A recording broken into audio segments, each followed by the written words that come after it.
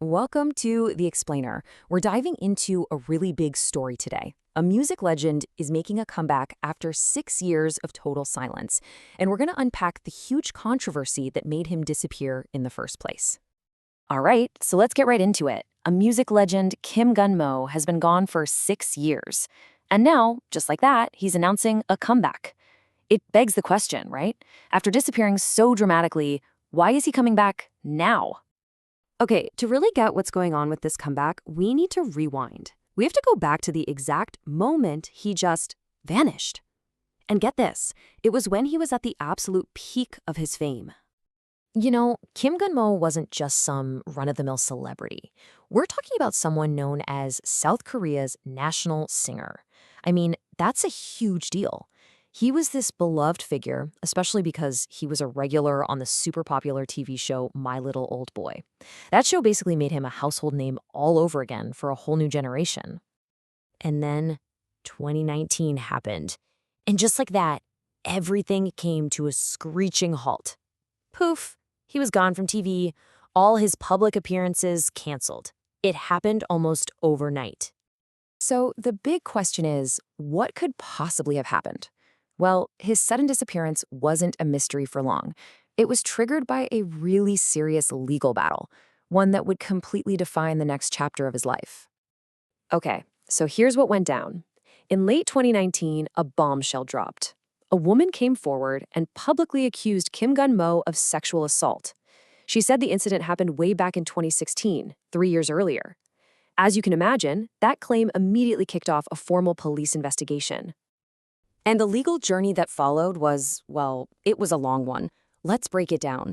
The incident was alleged to have happened in 2016, but the public accusation didn't surface until 2019. Then, it took all the way until November 2021 for prosecutors to finally make a decision, a non-indictment. And the whole thing wasn't officially over until June 2022, when the accuser's last appeal was dismissed. So, you might be wondering, what exactly is a non-indictment? This is a really important point. It's not the same as a jury saying guilty or not guilty. It's actually a decision made by the prosecutors before a trial even starts. They basically decide not to press charges, usually because they look at the evidence and think, we don't have enough here to be sure we can win this case in court. All right, so the legal case is officially in the rearview mirror. But what happened during all that time he was away? And what exactly is this comeback gonna look like? Well, while all that legal drama was going on, his personal life was having its own ups and downs. He actually got married in 2020, but the couple ended up divorcing after about 2 years and 8 months. And that brings us right up to the present. He's officially stepping back into the spotlight. How? By announcing a huge 25th anniversary concert tour. It's simply titled Kim Gun-mo. And listen, this isn't just some vague announcement or a rumor.